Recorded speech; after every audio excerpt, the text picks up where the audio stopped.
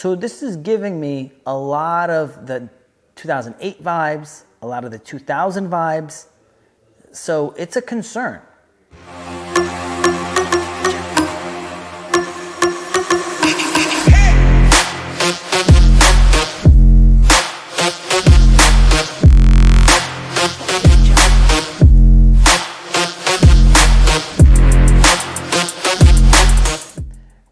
This is one thing, this is the warning I have for you guys. And this came to me this week, so I wanted to mention it. Back in 2000, everybody and their brother was talking about the stock market and these .com companies because everyone's gonna be able to make money, so you gotta buy it. And people that never invest in the stock market were talking about it and trying to educate people that were already very educated on the topic.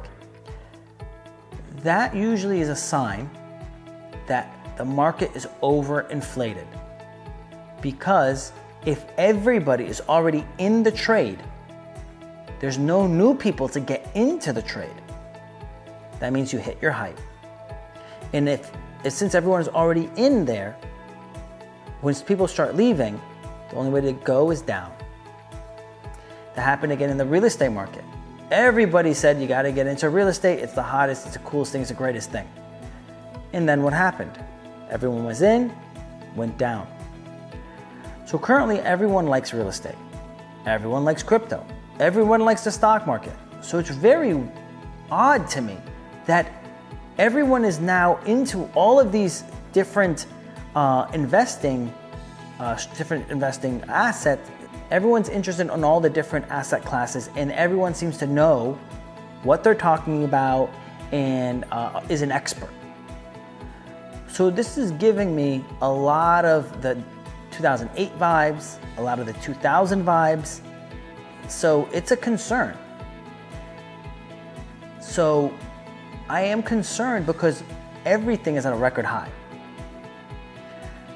But people don't have jobs.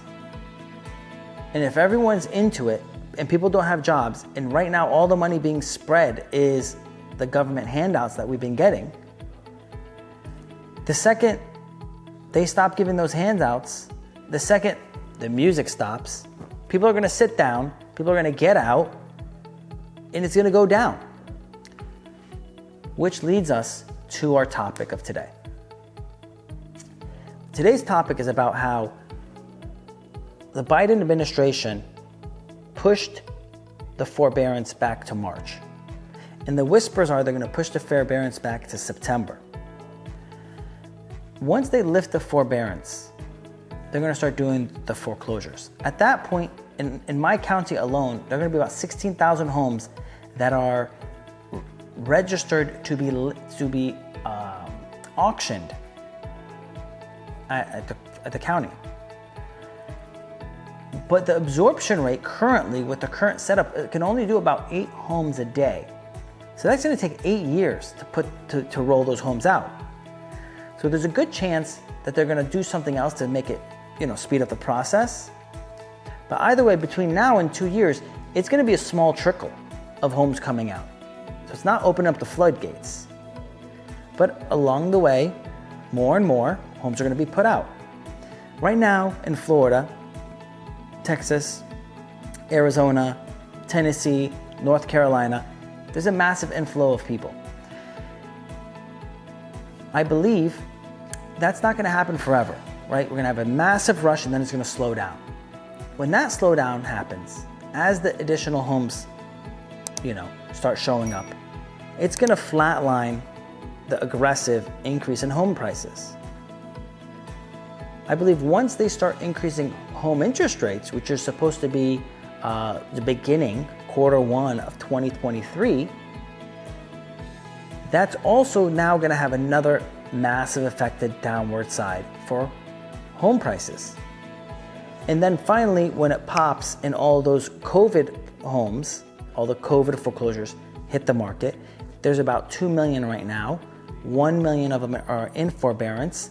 Another million chose not to be. When all of those things hit, I think it's gonna cause a downward effect. I believe it's gonna be a U. when this downward effect starts, we'll have it more like a U-shaped. I don't think it's gonna be a V, it's gonna be like a U. People said, we're gonna have a V-shaped recovery or an L-shaped recovery and all these different things. I said, I believe we're gonna have a W. Drop, spike, drop. But on this next drop, it's not gonna be drop, it's gonna be a curve as we come back. But when we come back, we're gonna come back hard. So, I don't wanna just talk, I wanna give you something that you can work with. That means you're not gonna see major issues for 2 years. If I am accurate and all these other people that I've been talking to are accurate, that's a long time for you to sit on the sidelines.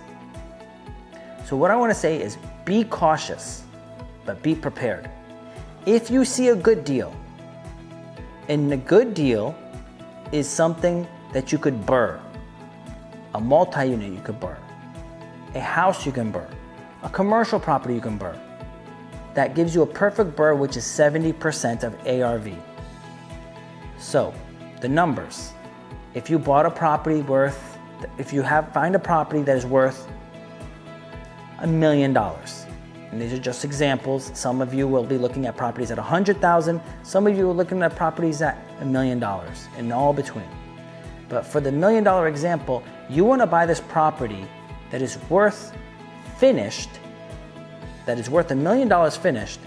You want to buy this property for $700,000, and that must include the cost to repair it. That is the properties that I'm aiming for. Now you might say things like, what's the cap rate and what's this and what's that? I don't care. I don't look at that stuff. I look at, can I buy the property for all in 70%? So I buy it maybe for 50%, I put in 20% into value add, and now I'm at 70% of ARV. So in the current condition, it might only be worth $500. But if I fully remodel it and do everything right and raise the rents from, say, $800 a month to $1,500 a month, then I will make the value $1 million. That is what I aim. I still think the burr strategy will be a successful strategy forever, to be honest with you. So it's worked for me for the last 15 years. I mean, it works.